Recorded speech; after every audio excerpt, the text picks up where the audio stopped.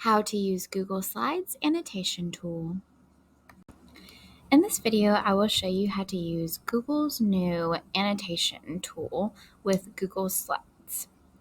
So the first thing you're going to want to do is find the slides you want to annotate, you want to present to your class.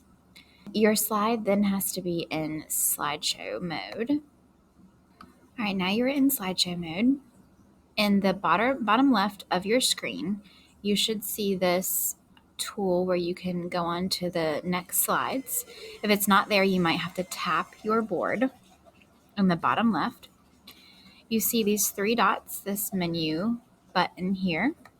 You're going to click that and you're going to click Turn on the pen. Now you can annotate directly on the screen and it stays on this slide. So when you go on to the next slide, it is no longer there.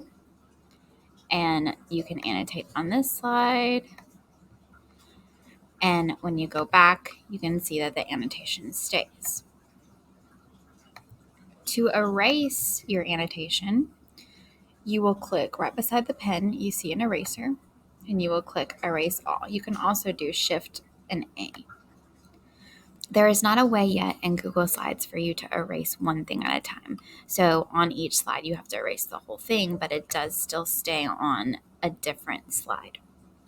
On your clear touch boards, there is a way to use your pen as well, but that you have to erase before you move on to another slide. So this is a little different than your regular annotation tool.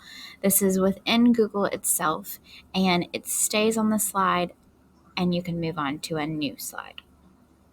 So if you have any questions about this tool, please feel free to reach out to me at msteffen@chatco.org. Thank you. Have a great day.